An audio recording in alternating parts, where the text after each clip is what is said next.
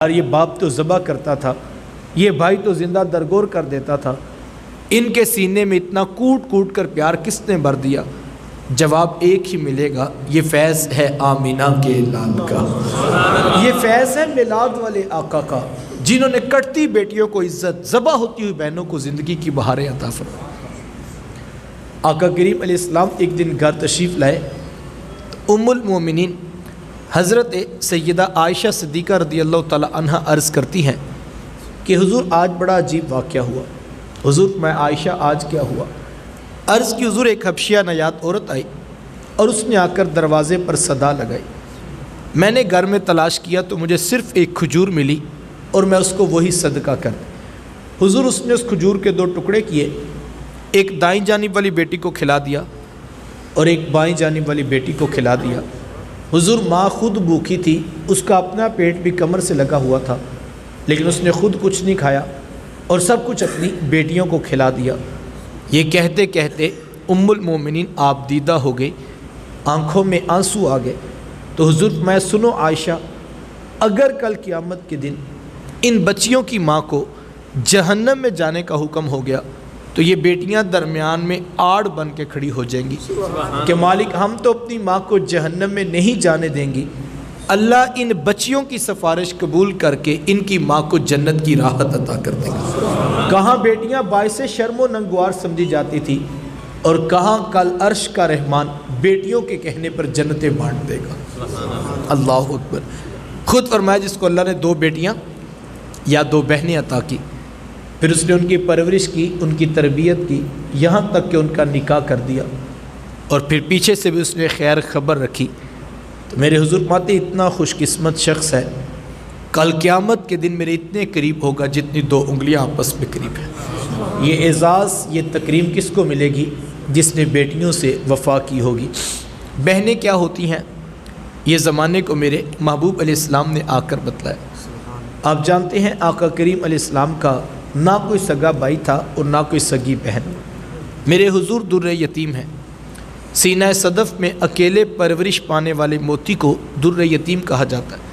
حضور بطن آمنہ میں اکیلے پرورش پائی ہے، لیکن جب رضاعت کا شرف عطا کرتے ہوئے میرے حضور حضرت حلیمہ سعدیہ سلام اللہ علیہا کے ہاں تشریف لے گئے۔ آپ جانتے ہیں کہ ان کی ایک بیٹی تھی جن کا نام شیمہ یا شیمہ بتایا جاتا ہے۔ وہ رشتے میں حضور علیہ السلام کی رضائی بہن لگتی تھی۔ قبیلہ بنو سعد کے رواج کے مطابق شام کو جب مائیں کھانا پکانے لگتی تو بہنیں اپنے بھائی گود میں اٹھا کر باہر کھلے میدان میں لے آتی۔ ہر بہن کی گود میں اس کا بھائی ہوتا اور وہ اپنے بھائی کے حسن کے قصیدے پڑھ رہی ہوتی۔ اگر کسی کے بھائی کا رنگ کالا ہوتا تو وہ کہتی رنگ کالا ہے تو کیا ہوا، میرے بھائی کے نقوش دیکھیے کتنے خوبصورت ہیں، اس کی اٹھی ہوئی ناک، اس کی جھیل جیسی خوبصورت آنکھیں تو دیکھو کتنی پیاری، تو وہ نقوش کو معیار حسن قرار دیتی۔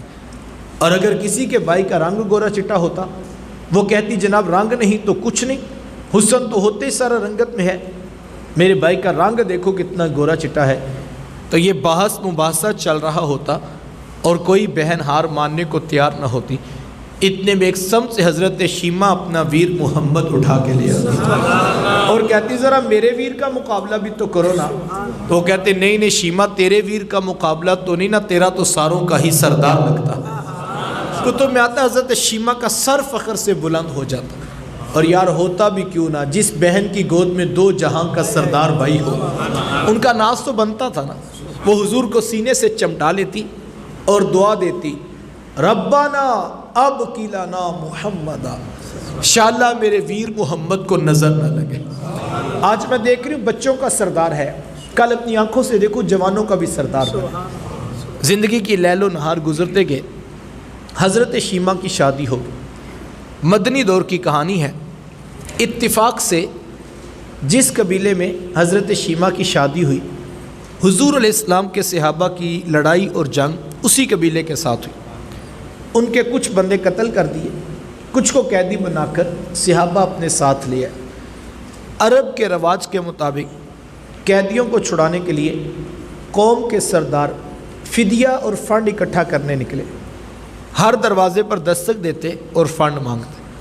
چلتے چلتے حضرت شیما کے دروازے پر پہنچ گئے، دستک دی تو پوچھا کون؟ کہا قبیلے کے سردار ہیں، فنڈ اکٹھا کر رہے ہیں، تم بھی اپنا حصہ ڈالو۔ پوچھا یہ فنڈ کس لیے اکٹھا ہو رہی ہے، رقم کیوں جمع کی جا رہی؟ تو کہا کہ مدینے میں ایک شخص ہے، ادعائے نبوت رکھتا ہے، اس نے ہمارے لوگ پکڑ لیے ہیں، ہم نے اپنے قیدی چھڑانے ہیں۔ تو پوچھا اس کا نام کیا ہے؟ کسی کی زبان سے بے ساختہ نکلا محمد صلی اللہ علیہ وآلہ وسلم۔ ایک عرصے کے بعد حضور علیہ السلام کا نام سنا تو آنکھوں میں آنسو آ گئے۔ کہا انہوں نے تمہارے بندے پکڑے؟ کہا ہاں انہوں نے ہمارے لوگ پکڑے۔ کہا پھر فنڈ اکٹھا کرنا چھوڑو، صرف مجھے ساتھ لے چلو۔ کہا تم کیا کرو گی؟ کہا تمہارے قیدی چھڑا کے لاؤں۔ کہا تم ان کو جانتی ہو؟ کہا ہاں تمہیں نہیں پتا، وہ میرے بچپن کے ویر اور بھائی لگتے ہیں، میں تمہارے قیدی چھڑا کے دکھاؤں۔ حضرت شیما قبیلے کے سرداروں کو ساتھ لیا اور حضور علیہ السلام کے خیمہ نوری کی طرف سفر شروع کیا۔ یہ وہ وقت تھا جب ادب کی آیات نازل ہو چکی تھی، خبردار میرے رسول کی آواز سے آواز بھی اونچی نہ کر، ورنہ زندگی کی ساری کمائی غارت کر کے رکھتا۔ صحابہ ننگی تلواروں سے در حبیب پہ پہرا دے رہے تھے۔ حضرت شیما اس خیال سے کہ میں اپنے بھائی کو ملنے جا رہی، جب آگے بڑھنا چاہا تو پہرے داروں نے تلواریں سونت دی۔ رک جا دیہاتی عورت، جانتی نہیں آگے کوچہ رسول ہے، آگے تو بغیر اجازت جبریل نہیں جا سکتے، تو کون ہے؟ روایت پہ آتا ہے جب راستہ روک دیا گیا، تلواریں سونت دی گئیں تو حضرت شیما نے یوں ہاتھ سے تلوار کو جھٹک کے کہا خلو سبیلی وعلموا انا اخت نبیکم، کہا میری راہیں چھوڑ دو، جانتے نہیں میں تمہارے نبی کی باجی اور بہن لگتی ہوں۔ یہ آواز کانوں میں پڑی تو صحابہ کی آنکھوں پر پلکوں کی چلمنے آ گئی، نگاہیں نیچی کر لی، تلواریں پیچھے ہٹا لی۔ حضرت شیما پورے پروٹوکول سے حضور علیہ السلام کے خیمہ نوری میں داخل ہوئی۔ میرے حضور جب دور سے بہن کو آتے دیکھا، حضور اٹھ کر استقبال کیا، مرحبا خوش آمدید پیش کرتے ہوئے فرمایا میری بہن آج کدھر کو آنا ہوا؟ عرض کی حضور آپ کے بندوں نے ہمارے کچھ لوگ پکڑ لیے ہیں، میں ان قیدیوں کو چھڑانے کے لیے آئی ہوں۔ سنو بھائیو، اللہ کے رسول نے کیا ارشاد فرمایا؟ حضور فرمایا میری بہن تو نے آنے کی زحمت کیوں گوارا کی؟ تو گھر بیٹھے بھی پیغام بھیج دیتی، میں محمد تیرے کہنے پہ ہی ساروں کو چھوڑ دیتا۔ زمانے کو بتایا کہ دروازے پر بہن کا آنا کتنا معتبر ہوتا ہے۔ پھر چند جوڑے، کچھ گھوڑے، بہت سارا ساز و سامان جمع کیا اور میرے حضور خود بہن کو رخصت کرنے کے لیے دروازے تک تشریف لے آئے۔ صحابہ نگاہیں نیچی کیے، محبوب علیہ السلام کے ادب میں کھڑے تھے کہ حضور میں صحابہ میں جب بھی قیدی چھوڑتا ہوں پہلے تم سے مشورہ بھی کرتا ہوں، آج پہلا موقع ہے، میں قیدی بھی چھوڑ رہا ہوں اور میں نے مشورہ بھی نہیں کیا ہے۔ عرض کی اے بندہ نواز، آپ مالک کل کائنات ہیں، آپ جو چاہیں کریں، ہم کون ہوتے ہیں بلا درمیان میں مشورہ دینے والے؟ لیکن حضور جی اتنا تو بتائیے آج کون سی خاص بات تھی کہ آپ نے مشورہ کرنا بھی ضروری نہیں سمجھا؟ حضور میں صحابہ آج میرے دروازے پر میری بہن آ گئی تھی، اور جب بہنیں دروازے پہ آ جائیں اللہ کا رسول انہیں خالی نہیں موڑا کرتا۔ زمانے کو بتایا کہ بہن کا رشتہ کتنا معتبر ہے۔ جس دور میں بیٹی ذبح کی جا رہی تھی، جس دور میں بہن زندہ درگور کر دی جاتی، جس دور میں ماں جیسا عظیم رشتہ منڈیوں اور بازاروں میں بک جاتا تھا، اس دور میں بیوی کی کیا حیثیت ہوگی؟ جبکہ آج کے اس تہذیب یافتہ دور میں بھی کچھ لوگ بیوی کو پاؤں کا جوتا خیال کرتے ہیں۔ یہ زمانہ جاہلیت کی بات ہے۔ آقا کریم علیہ السلام نے ازواج مطہرات کے ساتھ جو حسن سلوک کی داستانیں رقم کی ہیں، زمانہ ان کی مثال نہیں لا سکتا۔ کسی کو میرے حضور عمیرہ کہہ کے پکارتے ہیں، کسی کے لیے بکری کا بچہ ذبح کرتے ہیں اور گوشت کے مختلف ٹکڑے ان کی سہیلیوں کے ہاں بیچتے ہیں۔ حضور کثرت کے ساتھ حضرت خدیجہ الکبریٰ رضی اللہ تعالی عنہ کا ذکر کیا کرتے ہیں۔ ام المومنین حضرت سیدہ عائشہ صدیقہ رضی اللہ تعالیٰ عنہ فرماتی ہیں کہ میرا جو ان سے رشتہ تھا ایک دن میری زبان سے بے ساختہ نکل گیا کہ حضور اللہ نے آپ کو بہتر ازواج عطا کر دی ہیں اور آپ ابھی تک اس بوڑھی عورت کا ذکر نہیں چھوڑتے۔ پھر حضور کے چہرے پر جلال آ گیا اور حضور میں اے عائشہ مجھے خدیجہ کے بارے تکلیف نہ دو۔ جب پورے مکے نے میرا انکار کیا تھا، ایک خدیجہ تھی جس نے میرا اقرار کیا تھا۔ کہا میں اسے کیسے بلا سکتا ہوں جب زمانہ میری مخالفت میں تھا، لیکن خدیجہ میرے سے محبت کی دعوے دار تھی۔ فرماتی پھر میں نے ہمیشہ محبتوں کا ہی اظہار کیا، اور یہی حضرت خدیجہ الکبریٰ رضی اللہ تعالی عنہا ہیں۔ جب ان کا وقت آخر قریب آیا تو حضرت سیدہ فاطمہ الزہرا رضی اللہ تعالیٰ عنہ کو بھیجا، کہا بیٹا جاؤ جا کر حضور علیہ السلام سے چادر رحمت مانگ لو۔ سیدہ حاضر خدمت ہوئی اور آ کر عرض کی کہ میری والدہ چادر مانگ رہی۔ آقا کریم علیہ السلام نے چادر بھی اتار کر پیش کر دی، اور ساتھ فرمایا بیٹا اپنی ماں سے پوچھو یہ چادر کیا کر رہی۔ یہ کہتے کہتے میرے حضور بھی ساتھ تشریف لے آئے، اور حضور میں خدیجہ تو نے چادر کیا کرنی ہے؟ عرض کی حضور مجھے جو بخار ہے لگتا یوں ہے کہ جان لیوا ثابت ہوگا، میری آرزو یہ ہے کہ مجھے کفن آپ کی چادر رحمت میں عطا کیا جائے۔ یہ حضور علیہ السلام کی سیرت کا کتنا بڑا حوالہ ہے کہ بیوی آرزو کر رہی ہے اگر مجھے شوہر کی چادر میں کفن مل جائے تو یہ رب کے حضور میری بخشش کی ضمانت ہوگی۔ آقا کریم علیہ السلام نے چادر بھی اتار کر پیش کر دی، اور ساتھ تاریخ ساز جملہ ارشاد فرمایا خدیجہ تو نے تو صرف چادر مانگی ہے، لو ارتی جلدی لآتیتکی، اگر تو مجھ محمد کی جلد بھی مانگ لیتی میں وہ بھی اتار کے پیش کر دیتا۔ زمانے کو محبتوں کا درس میرے محبوب علیہ السلام نے سکھایا۔ وقت سمٹ رہا صاحبو، یہ وہ الفتوں کا پیغام ہے، یہ وہ جوڑنے کی تعلیمات ہیں جو لے کر میرے حضور اس کائنات میں جلوہ فراز ہوئے۔ ہم نے حضور علیہ السلام کی آمد کی خوشی میں کمکمے بھی روشن کیے، ہم نے چراغاں بھی کیا، ہم نے راہوں میں پھول کلیاں اور پتیاں بھی بچھائیں، ہم نے بازاروں گلیوں اور چھتوں کو سجا بھی لیا، ہم مٹھائیاں بھی بانٹ رہے ہیں، ہم دیگیں بھی پکا رہے ہیں۔ یہ سب کام باعث برکت ہیں، میں ان کی نفی نہیں کرتا۔ وہ بڑا نادان ہوگا بیچارہ جو اس عنوان پر بھی فتویٰ لگانے کا مزاج رکھتا ہے۔ میں صرف اتنا جملہ کہتا ہوں کہ مجھے بتائیے یار، اگر حضور علیہ السلام کی آمد کی خوشی بھی نہیں منانی تو یار پھر کائنات میں خوشی ہوتی کیا ہے؟ کائنات میں خوشی پھر ہے کون سی صاحب؟ کائنات کی سب سے بڑی خوشی یہ ہے کہ اللہ نے ہم جیسوں کو اپنا محبوب نبی عطا کر دیا۔ یار محبوب تو کوئی کسی کو دیکھنے نہیں دیتا ہے، اور جو جتنا بڑا ہوتا ہے اس کی اس عنوان پر اتنی زیادہ غیرت ہوتی۔ کیا خیال ہے یار، عرش کا رحمان سبحان اللہ، اور میں اپنے اندر اتروں اور میں دیکھوں میں ہوں کیا، میرے اندر ہے کیا؟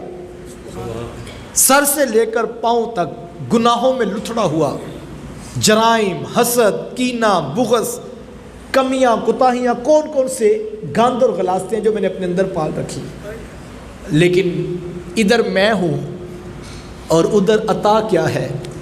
اللہ اکبر۔ صرف نبی نہیں عطا کیے، نبی مل جاتے تو یہ بھی بڑی اعزاز کی بات، لیکن میرے اور آپ کا وہ مقدر جو کائنات میں صرف حضور کی امت کا اعزاز ہے کہ ہمیں صرف نبی نہیں ملے، ہمیں وہ نبی ملے ہیں جن کے پیچھے سارے نبی ہاتھ باندھ کے کھڑے ہیں۔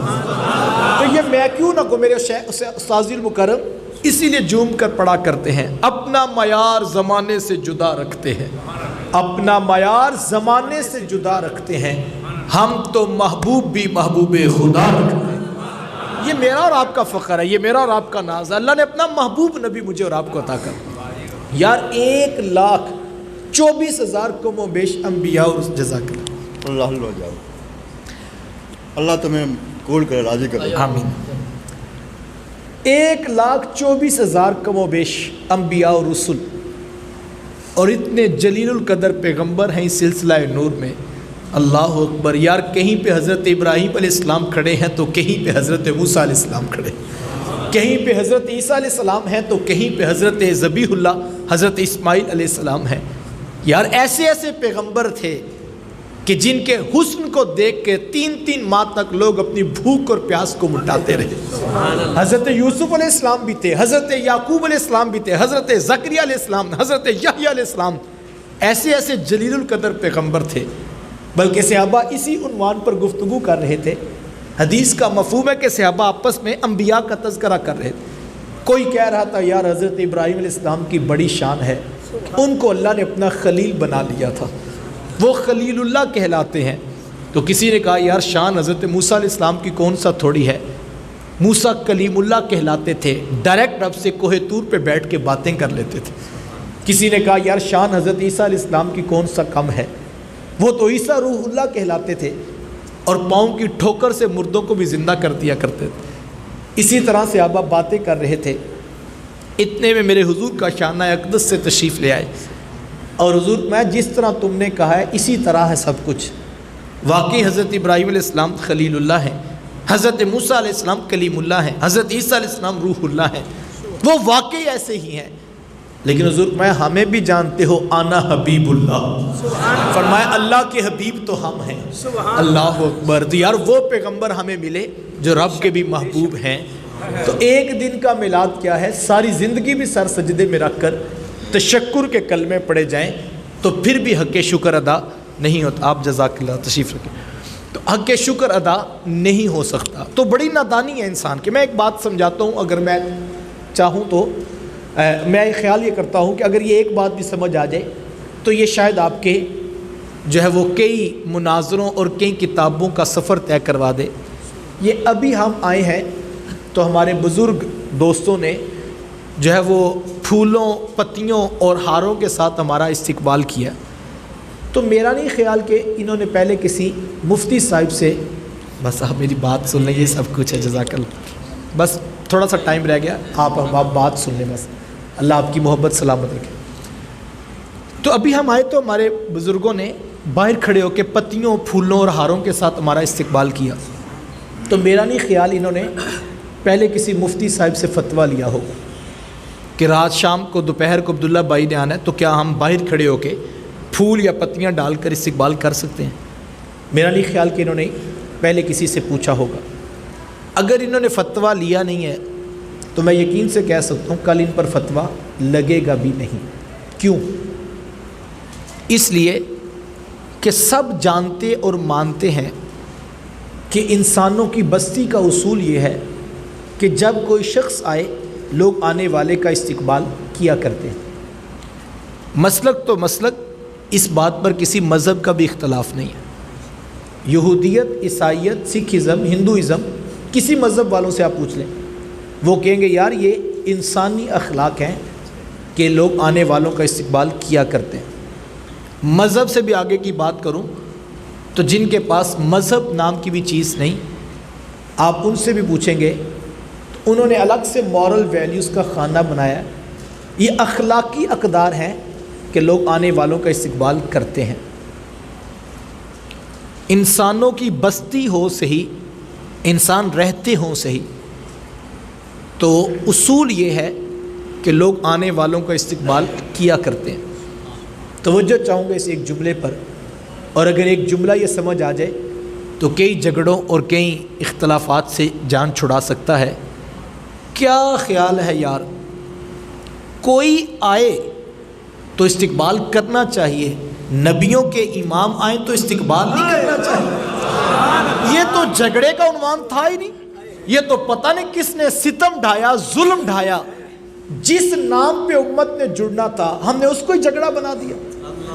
اس بات پر قرآن و حدیث کے سینکڑوں ہزاروں دلائل ہیں کہ جو ہے وہ حضور علیہ السلام کی آمد کی خوشی، اللہ سلامت رکھے، بس میری بات مکمل ہو جائے، آپ لوگ تشریف رکھیں، تو اس بات کا انکار نہیں۔ تو یہ تو اصولی سی بات ہے، اور آج تک کسی نے فتویٰ تو نہیں لیا کہ حضرت میرے بیٹے کی شادی ہے، شام کو بچے پھول پھینکنا چاہتے ہیں، تو کیا کوئی قرآن کی آیت یا کوئی حدیث کا حوالہ ہی بتا دے؟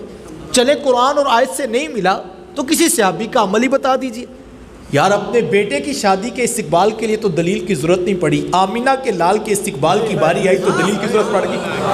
تو پھر اپنے اندر اترنا ہوگا، ہمیں اپنے دل کو پوچھنا ہوگا کہ میاں تو کیا کر رہا ہے، تو کیا کہہ رہا ہے، ورنہ یہ جھگڑے کا عنوان نہیں تھا، یہ محبتوں کی بات۔ اچھا ایک اور بات بھی بتاؤں، میں یہاں پہلی مرتبہ آیا ہوں اور میں نام بھی نہیں جانتا اپنے میزبان کے، اور نہ ہی ہم نے ان کو فون کر کے کہا تھا کہ ہمارا استقبال آپ نے ضرور کرنا ہے، نہ کوئی حوالہ دیا تھا کتاب کا، نہ کوئی دلائل کا صفحہ بھیجا تھا، نہ ہم نے فون کر کے کہا کہ ہمارا استقبال کیجئے، لیکن انہوں نے خود بخود جا کے استقبال کیا۔ کیوں؟